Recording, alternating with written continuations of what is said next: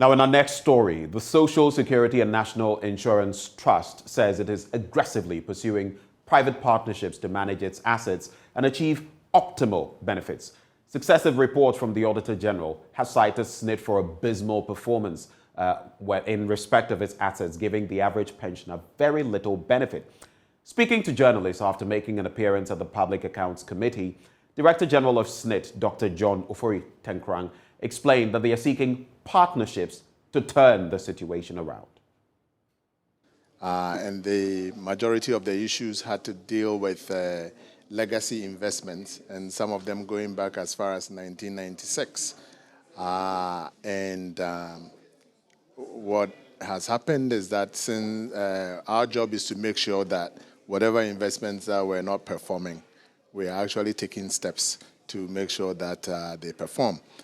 Some of the things that we've done is that for some of the investments where we do not have proper oversight control, or we are the majority shareholders, we have gone out to try and seek private sector participation, specifically in our hotels. You may recall that we put an ad in the newspaper where we seek private sector participation so that people who know how to make money in that business get into the driver's seat and we tag along. There are certain things like how we do our investment appraisals and what kind of structures, investment structures or vehicles that we put in place to undertake these investments. We have revised our investment guidelines to ensure that, for example, SSNIT will not get into a joint venture with a party who is a minority shareholder, and that party ends up getting all the construction contracts, for example. So there are this and many other things that we have put in place to make sure that proper due diligence is done before we enter into investments, and also to make sure that the oversight is improved. Well, tied to that, SSNIT has also had issues with ineligible persons drawing pension and instituted a biometric system to weed out such pensions. According to Dr. Tenkrang, the new system is working.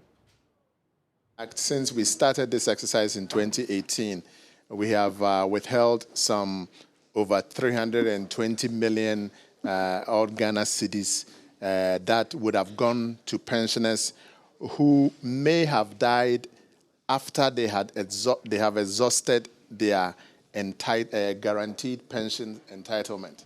And that for people who are on PNDC Law 247, that is the age of 72, and then people who will be on Act 766 would have been the age of 75. But right now, no pensioner who is on 766 is that old, because it's just recently they started going on pension. But yes, that has to do with making sure that every year pensioners reach out to SSNIT and get biometrically verified. This is actually, we know that sometimes it's an inconvenience for certain pensioners. For example, somebody may be bedridden or may be incapacitated to be able to come to SSNIT. And let me use the opportunity to inform the nation that if you are such a pensioner or you know somebody like that who is unable to reach out to us by coming physically, if they inform us through any of our contact channels, be it on social media or be it on phone or email or whatever, we will go to wherever the person is and authenticate them so that we do not stop their pensions.